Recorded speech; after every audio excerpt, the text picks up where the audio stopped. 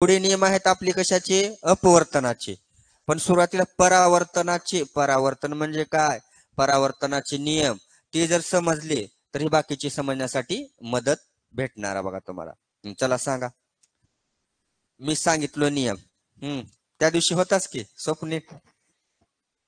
तुम्ही नियम शॉर्ट मध्ये सांगायचे हे जे आहेत. चला ऑनलाईनची मंडळी कोण सांगते बघा. नियम प्रकाशाच्या परावर्तनाचे नियम सांगा. 3 नियम सांगितले तो आपण छोटे छोटे.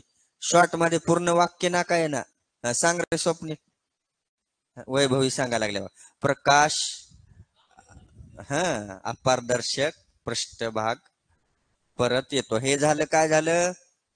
पण नियम म्हणलो मी आता. वैभवी भुसारी वैभवी सांग तिथूनच सांग. तिथून सांग, काही हरकत नाही. बघून काय झालं सांगायला. पाठ नाही रे, हे पाठ करायची गरज नाही. काय सांगतील होतं आपण? अपाती किरण कोणता आहे? जिकडून सोर्स ऑफ लाईट यायला लागलेले. 2-3 नियम सांगितले तो आपण. पहिला जो नियम इथे सांगितले बघा वैभवीने, अपाती कोण व परावर्तित कोण हे समान मापाचे असतात. Angle I is equal to angle R. हा एक झाला. हा दुसरा झाला. पहिला काय सांगतोय आपण? हा अपाती किरण, परावर्तित किरण आणि मधली जी स्तंभिका होती, मधला जो नॉर्मल होता सामान्य, अपाती जिकडून यायला लागले, आपण फेकायला लागलोय किरण. मग सूर्य असेल, ह्या लाईटचे किरण यायला लागलेत, तिकडून जे येणारे किरण आहेत त्या दिवशी डायग्राम काढून दिले होते की आपण. ते झाले कोणते? अपाती किरण. आणि ते परावर्तन व्हायला लागलेले, धडकले इकडे झाले. आपण खेळ खेळत होतो बघा. सूर्याची किरण पकडायचं आरशावर, असं इकडे पकडायचं, म्हणजे यायला लागलेली किरण त्या आरशावर ती अपाती झाली. आणि जे जायला लागले तिकडे त्या मुलांच्या डोळ्यामध्ये ते काय झाले? परावर्तित करण. आपण काय करतो? ऍडजस्ट करतो तो ज्या पद्धतीनं आपल्याला पाहिजे. मग थोडस त्याच्या डोळ्यामध्ये जात नसली त्या अँगल असं आपण चेंज करायचं थोडस. म्हणजे काय? ज्या अँगलने आलेले आहेत तेवढाच अँगल ते परावर्तन करणार, म्हणून आपण अँगल तिथे क्रिएट करत होतो तशा पद्धतीचं. 90 डिग्रीचा अँगल असेल, इकडे 90 न जाणार आहेत. 40च्या डिग्रीनं आले तिकडून त्या सरफेसला, तर ते काय इकडे 40चाच होणार आहे अँगल. अशा पद्धतीने ते I is equal to angle R. म्हणजेच काय? अपाती कोण बरोबर परावर्तित कोण एक समान मापाचे असतात. हा एक नियम होता. आणि पहिला नियम काय होता त्याचा? अपाती किरण, परावर्तित किरण व मध्यबिंदू हे काय? समान प्रतलावरती, म्हणजे त्या सरफेस वरतीच आहेत. आता आरसा हा काय झाला? सरफेस झाला, पृष्ठभाग. मग त्याच्यावरती काय होणार आहेत? आलेले किरण, परावर्तित झालेले किरण. जी मधली रेषा उमटणार आहे ती त्या एकाच प्रतलावरती आहे. हा पहिला नियम झाला. दुसरा नियम आता सांगितलोय. आणि जी आहे अपाती कोण व परावर्तित कोण हे एकमेकाच्या परस्पर विरुद्ध बाजूस आहेत. ज्या बाजूला आलाय त्याच बाजूला हे जाणार आहे का नाही? इकडल्या दुसऱ्या बाजूला जाणार आहे.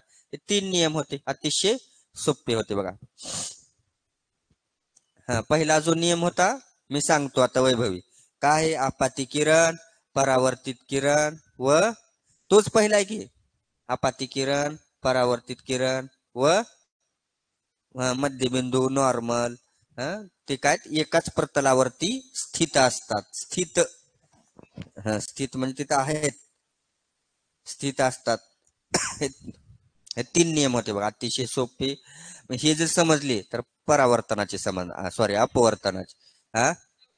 9वीला झालेले ते नियम चॅप्टरच होता की प्रकाशाचे परावर्तन, रिफ्लेक्शन ऑफ लाईट, इलेक्ट्रिसिटीचा झाल्यानंतर इथं सुद्धा आहेच आपलं. आता ती फक्त कॅन यू रिकॉल आपण इंट्रोडक्शन मध्ये पाहिलेलं. आता पुढे जायचे आपल्याला. हे झालं परावर्तन. आता अपवर्तन म्हणजे काय? अप म्हणजे वेगळं. मग इथं काय व्हायला लागलंय? प्रकाश एका माध्यमामधून जाताना काय व्हायला लागलं? थोडस दिशा बदलत आहे. हे बघा इथं डेफिनेशन होते कुठं तर. हे बघा, प्रकाश एका पारदर्शक माध्यमातून दुसऱ्या पारदर्शक माध्यम पारदर्शकच आहे, पण काय करायला लागले? एका माध्यमातून दुसरीकडे जाताना थोडीशी दिशा बदलतो त्याची, मार्गक्रमणाची. जिथून त्याचा पाथवे जो आहे तो स्लाइटली चेंज होतो. त्याला काय म्हणतो आपण? अपवर्तन असं म्हणतो. परावर्तन म्हणजे डायरेक्ट महागारी यायला लागले, धडकायनं की महागारी येणं. बॉल टाकलोय परत येणार आहे, ते वेगळं.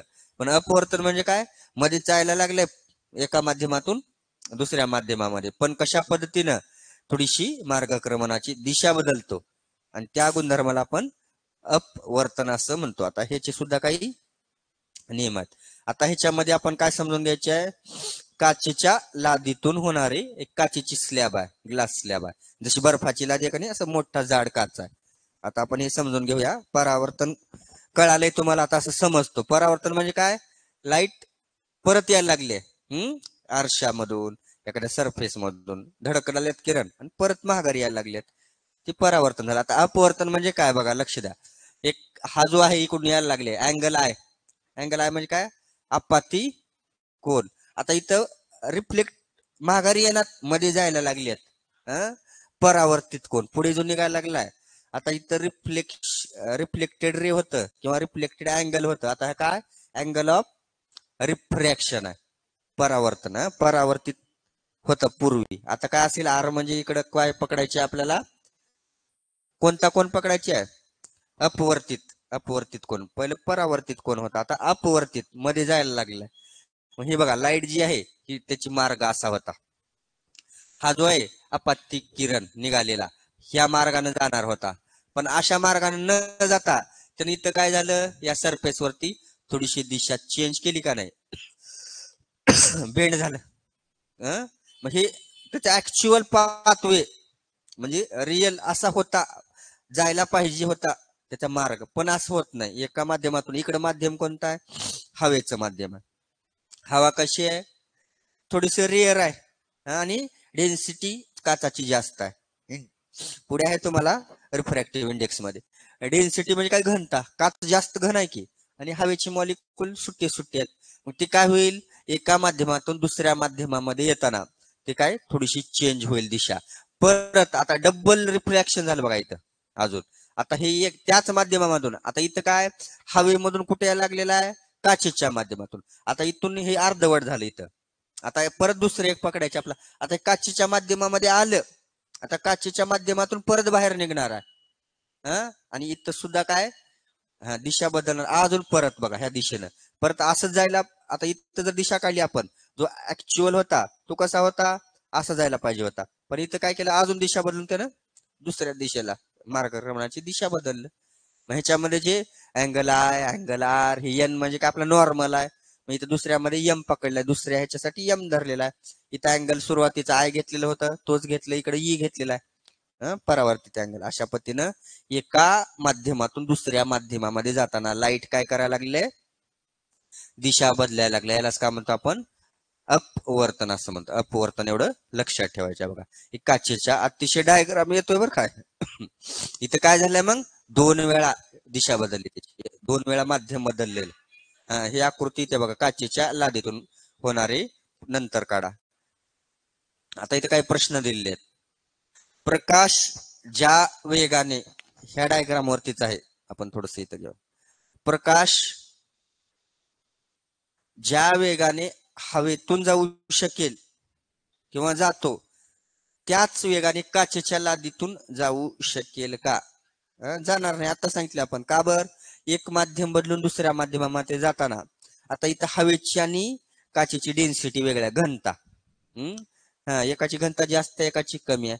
त्याच्यामध्ये काय, जिथं घनता कमी आहे तिथं वेग का असेल, जास्त असणार आहे. आणि घन जर असेल, मग कुठं घनता जास्त आणि कुठं कमी आहे, प्रकाशाची जी हवेची जी घनता आहे कमी आहे, आणि ग्लासची काचेची घनता जास्त आहे.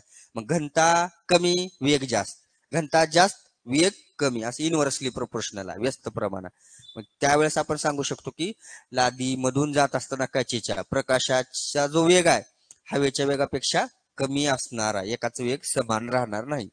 परत तेच उत्तर सांगते. याच अनुषंगानं, चला ओम, लय उशीर केला बघा याला, काय प्रकाश ज्या वेगाने यायला लागलेला आहे सांगितलं इथं, सर्वच माध्यमांसाठी प्रकाशाचा वेग सारखा असेल का, हेच क्वेश्चन आहे. फक्त थोडंसं बदल, मग आपण इथे सांगू शकतो की प्रकाशाचा वेग वेगवेगळ्या माध्यमामध्ये वेगवेगळा आहे, त्यांच्या घनतेवर अवलंबून आहे. ह्याची घनता वेगळी आहे, त्या मीडियमची घनता वेगळी आहे, हवेच्या माध्यमाची, पाण्याच्या माध्यमाची, परत काचेच्या माध्यमाची, हिऱ्याच्या माध्यमाची, मेटलच्या वेगवेगळ्या, त्यांची घनता वेगवेगळी आहे. आणि हा जो अपवर्तनांक आहे, रिफ्रॅक्टिव्ह इंडेक्स, तो सुद्धा वेगवेगळा असणार आहे. घनता वेगळी, त्याची जी वेग आहे तो सुद्धा वेगवेगळा आहे. आलं का लक्षामध्ये? आपण त्याचं उत्तर हे सांगू शकतो की सर्वच माध्यमासाठी प्रकाशाचा वेग सारखाच नसणार किंवा नसेलच, एकसारखा असणार नाही, तर तो वेगवेगळा असेल. का बर? त्याच्या घनतेवर अवलंबून आहे. हे दोन प्रश्न अतिशय लिहायचे आहेत आपल्याला. दोन प्रश्न लिहा बर, मी सांगतो किंवा तुम्ही सुद्धा लिहा, बघा, ट्राय करा मराठीमधून.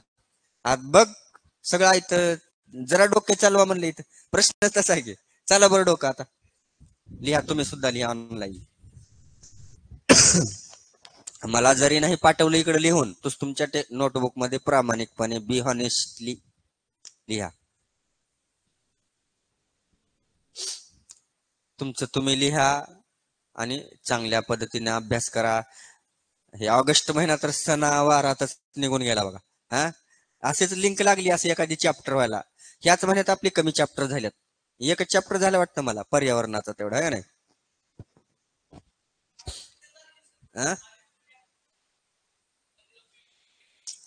हा, 2 दिवस क्लास, लगेच अजून सुट्ट्या.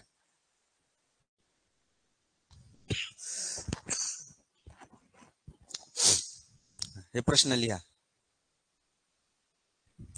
हे ऍक्टिव्हिटी बेस्ड क्वेश्चन आहेत. तुम्हाला किती समजलंय, तुम्हाला कितीपत लक्षात आले, हे दाखवून देणारे असे अतिशय महत्वाचे हे क्वेश्चन आहेत.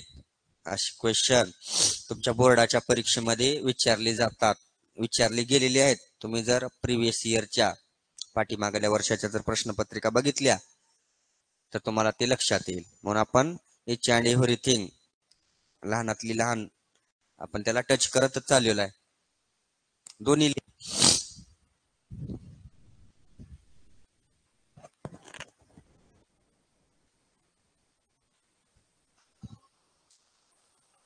हा हा छावा लावलं होतो की आम्ही.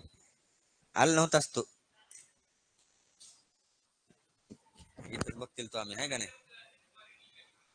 हा, प्रोजेक्ट आम्ही ह्या बोर्डवर बघत होतो इथं. इथं दाखवलं होतं मी मागे गेल्या वर्षी आल्याच. ती हे थिएटर प्रिंट होती ती. कनेक्टरच नव्हतं त्याला कनेक्ट करायला लॅपटॉपला. शेअरचं नाही त्याला ऑप्शन, जुनं वर्जन आहे.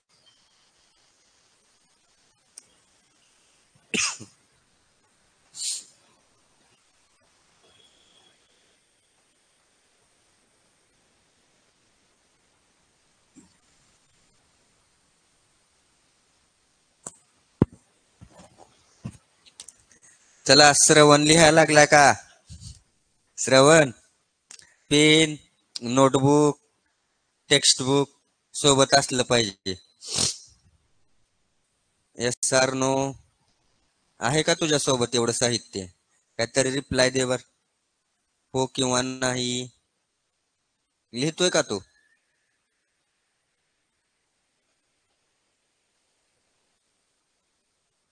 यस म्हणायला लागला. ओके.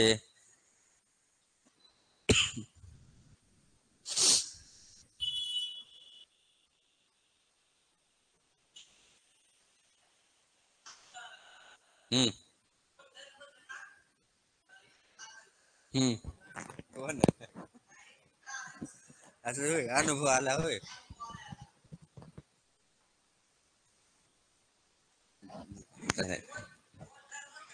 हा.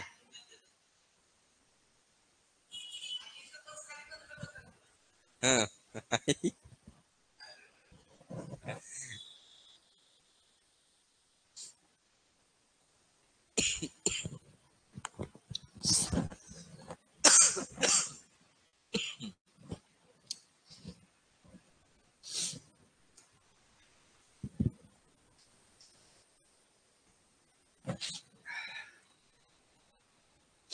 चला, काय काय लिहायला लागला बघू आता. बघतो मी,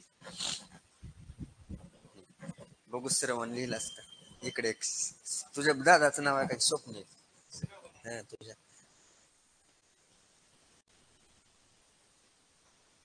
त्याची घनता जास्त त्याची कमी असं लिहू शकतो. आता तेच दुसऱ्या स्वप्नीत लिह चल लवकर संतोष बघू लिहा लिहा बघू आविष्कार.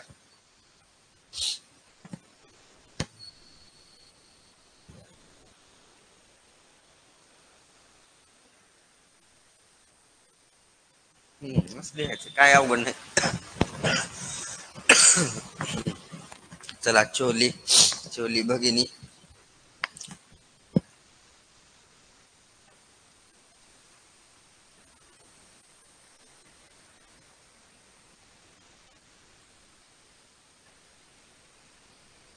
जास्त घनता जास्त आहे.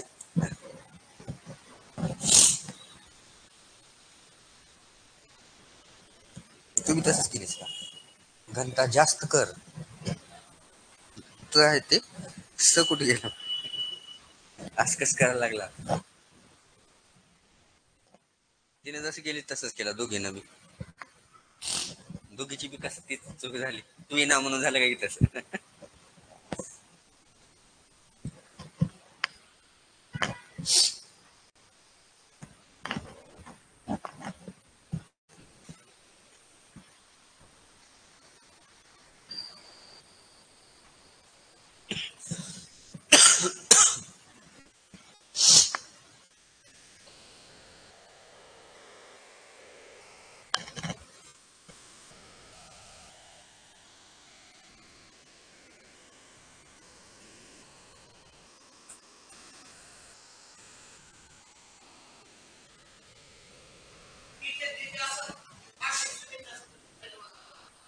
कशाच्या असं आहे सुट्टी कशामुळे आली ट्युशनला राहत नाही एवढ्या सुट्ट्या मला जमन 10वीला तर देऊन लागत शाळेला असेल. थँक्यू ऍडव्हान्स मध्ये. हा हा झालं का नाही कम्प्लीट तुमचं ऑनलाईनचे झालेत का नाही विचारतो आता. झाले का 2 क्वेश्चन ऑनलाईनची मंडळी ऑफलाईनचे तर झालेत बघा आमचे. तुमचं सुद्धा झालं असेल अशी आशा करतो. आणि पुढचा जो पॉइंट आहे आपला आता याच्यामध्ये हे डायग्राम जे आहे ते घरी काढा आता. कोणती काचेच्या लादीतून होणारे प्रकाशाचे अपव्यय.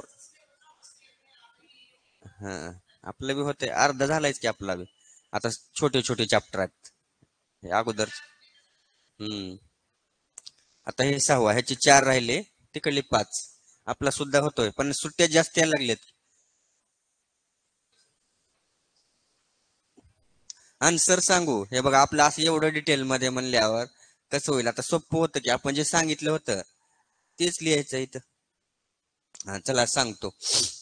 पहिल्याचं जे आन्सर आहे बघा तुम्ही काय लिहिलाय टॅली करा. प्रकाशाचा प्रकाशाच्या प्रकाश ज्या वेगाने हवेतून जाऊ शकतो त्याच वेगाने काचेच्या लादीतून जाऊ शकेल का तर जाऊ शकणार नाही.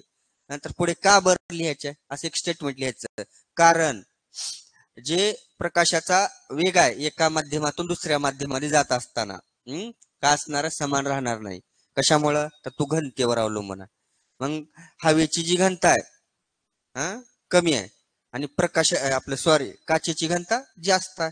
मग घनता कमी प्रकाशाचा वेग जास्त राहणार आहे. घनता जास्त तिथं प्रकाशाचा वेग कमी असणार आहे असं परस्पर विरोधी आहे आणि त्याच्यामुळं हा वेग समान असणार नाही एवढं लिहायचं आहे. आणि सर्वच माध्यमासाठी मग ते ट्रिपलेट कोड आणते का मानवी शुक्रपेशीची निर्मिती डॅश डॅश या अवयवात होते. कशामध्ये होत्यात वृषण. पहिला बुद्धी विकसित झालेला मानव कोणता आहे कोणता निअँडरथल मानव. पेशीचे प्रद्रव्य पटल तयार करण्यासाठी डॅश डॅशच्या फॉस्फोलिपिड सहसंबंध अतिरिक्त मंडले आणि आवश्यक मंडले फुलाचं निदलपुंज दलपुंज आवश्यक मंडले आतमधले ज्या अंग परत काय वेगळा घटक शिराविन्यास बियाचा आकार हे ते बाकीचे जे आहे हे दाखवतंय रिप्रोडक्शन आणि बियाचा आकार काही विषयच नाही. शास्त्रीय काय खूप व्यायाम केल्यानंतर आपल्याला थकल्यासारखे हे प्रश्न दिलं होतं आपण. परत काय पुढील आकृतीत बाणाने दाखवले हे सुद्धा टाकलं होतं वाटतं मला हे अपेंडिक्सचं लहान आतडे मोठे आतडे. परत द्विविभाजन आणि बहुविभाजनचा फरक स्पष्ट करा. एक विवाहित जोडप्यास आवश्यक त्या तपासण्या केल्यानंतर आपत्ती होत नव्हती त्यामुळे येणाऱ्या अडचणी लक्षात कोणते तुम्ही कोणते जाधव मोलाई पयांगच्या गोष्टीतून आपणास काय बोध ठरवलं तर काय करू शकतो पुनर्निर्मिती जंगल तयार करू शकतो आणि या पर्यावरणाचा ऱ्हास वाचवू शकतो. आता हे जे आहे प्रारंभिक कोडॉन हा कोणता ट्रिपलेट कोडॉन आहे हा कोणता प्रारंभिक म्हणजे काय सुरुवातीला निघणारा सुरुवातीला कोणता निघतोय मेसेज घेऊन निघणारा की एम आर एन ए त्याच्या डोक्यावरती ते जोड्या ज्या होत्या कोडॉनच्या एजी ते कोडॉन नव्हते का ग्वानिन सायटोसिन कुठं सुरुवातीला जे आहे पहिल्या इथं दाखवताना दाखवले पण जे ट्रिपलेट कोडॉनच म्हणतो की आपण त्याला मग सुरुवातीची जी ट्रिपलेट कोडॉन आहे कुठे असतो तर एम आर एन ए वर आहे ते लिहायचं आहे. पुढे रायबोझोमच्या आत दिसणारा आरएनए कोणत्या प्रकारचा आहे त्यावर कोणते ट्रिपलेट कोडॉन आहे रायबोझोमच्या आतमध्ये आहे बघा एक कोणता कोडॉन आहे रायबोझोमच्या आतमध्ये असणारा कोडॉन त्याच्यापैकी फक्त रायबोझोम आरएनए रायबोझोमल इथं दिलंयच की रायबोझोमल आरएनए आरएनए कशाला म्हणतो आपण रायबोझोमल आरएनए पण केंद्रकातून बाहेर पडणाऱ्या एम आर एन ए वर कोणता संकेत हे जिथे पाठ करायला लागते बघा ऍडनिन कुणाची जोडी कुणासोबत ऍडनिन गॉर्निन सायटोसिन थायमिन परत ते कुणासोबत चेंज होते ऍट ए टाइम जोडी ते सुद्धा पाठ करा बघा. परत शरीराच्या वाढ व विकासासाठी सर्व जीवन प्रक्रियेचे मोलाचे योगदान कसे हे सगळ्याची जीवन प्रक्रिया येतात बाकीच्या कशी मौल्यवान आपले पेशीचं विभाजन दुसऱ्या धडा प्राणी आणि वनस्पतीच्या असंख्य प्रजाती धोक्यात आल्या आता आत्ताच आहे पर्यावरणीय व्यवस्थापन मधलं इंडेंजर्ड स्पेशीज त्यांना कसे वाचवता येईल हे मनानं काही याच्यामध्ये काही लिहा मार्ग भेटतात बघा पुस्तकामध्ये डायजेस्ट मध्ये जे असेल त्याची आवाज काही नाही.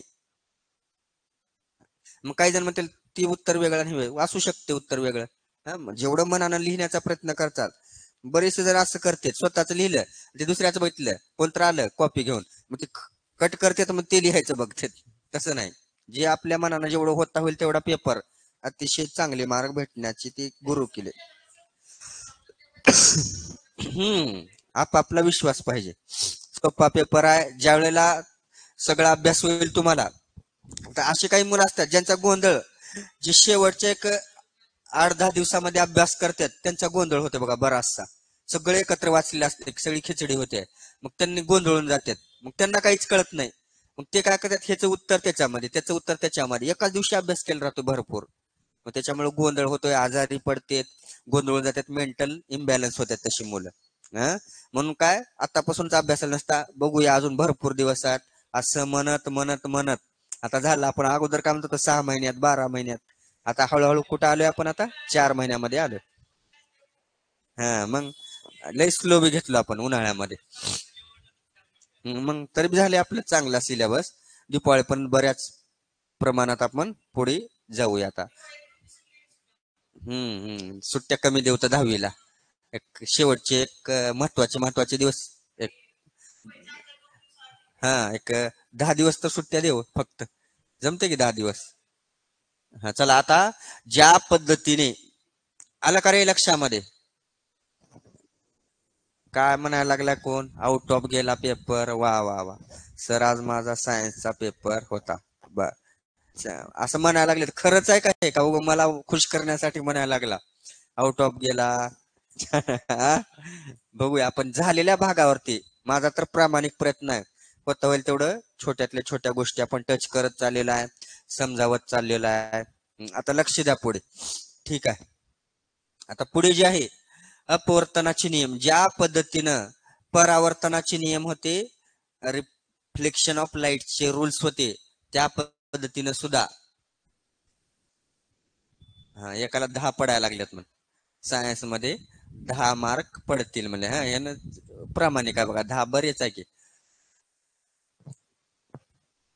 सर पार्ट 2 च म्हणत आहे पार्ट 2 मध्ये ठीक आहे पार्ट 2 पार्ट 1 दोन्ही मध्ये चांगलेच मार्क घ्या त्यावेळेस तुमचं कॅल्क्युलेशन स्कोर येणार आहे आता पुढे जे आहे आता रूल्स बघायचे आपल्याला ज्या पद्धतीने आपण पाहिलं की प्रकाशाच्या कशाचे नियम होते अगोदर परावर्तनाचे होते परावर्तन कशा पद्धतीने होते तसेच आता अपवर्तनाचे सुद्धा नियम आहेत आता ही परत तीच आकृती आली बघा आता आपाती किरण तिथं सुद्धा होते जिकडून सोर्स लाईटचा आहे मग तो आपले इलेक्ट्रिक लाईट असेल बॅटरीचा असेल सोलार लाईट असेल एनिथिंग एल्स कोणती का असे ना तिकडून जायला लागला तो हा आपाती किरण आहे पुढे जो होणार आहे तिथं होता परावर्तित किरण आता इथं काय आहे अपवर्तित किरण आहे ही जो नॉर्मल जो आहे ही प्रतल आहे एकाच प्रतलावरती हा जो आहे हा एक प्लेन आहे आता इथं काय एका मीडियम हवेच्या माध्यमातून यायला लागलाय आता इथं काय काचेचं माध्यम आहे हे दोन माध्यम आहेत मग एका मीडियम मधून दुसऱ्या मीडियम मध्ये म्हणजे काय रेअरर मीडियम मधून डेन्सर मीडियम मध्ये येताना हा जो लाईट आहे लाईट ट्रॅव्हल कशी करायला लागली थोडीशी वेगळी करायला लागली डायरेक्शन इट्स डायरेक्शन चेंजेस व्हायला लागले त्याचं डायरेक्शन दिशा बदलायला लागल्या ऑफ द पाथवे त्याच्या मार्गक्रमणाची मग इथं आपल्याला पाहू शकतोय हा जो आहे आता काय ही दिशा अशी जाणार होती काय झाली आहे थोडीशी बेंड झाली आहे अशा पद्धतीने गेली परत हे पुढे सुद्धा तसं डबल काय म्हणतो आपण दुहेरी प्रकाशाचं अपवर्तन आहे डबल रिफ्रॅक्शन पण आपल्याला एवढंच समजून घ्यायचं आहे की आपाती किरण कोणता आहे परावर्तित किरण कोणता आहे आणि हा जो नॉर्मल आहे मग आता हेच रूल आहेत आपल्याला काय सांगते पहिला जो रूल आहे बघा पहिला आपाती किरण कोणता किरण हा आलेला किरण परत अपवर्तन झालेला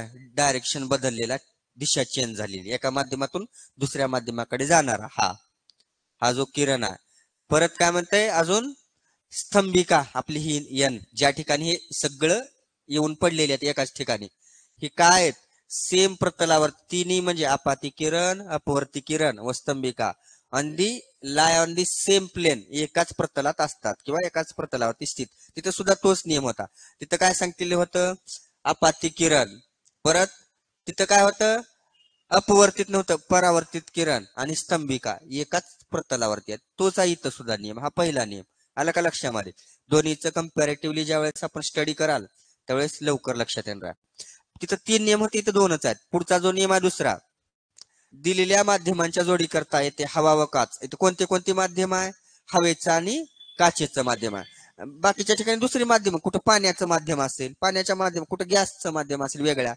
हवेपेक्षा नायट्रोजन असेल कार्बन डायऑक्साईड असेल जे काही माध्यम आहे त्या माध्यमाचं असेल त्या माध्यमामधून जाताना ऑनलाईन चालू क्लास टिल्ल्या असं का करायला लागलं कधी बी राहतंय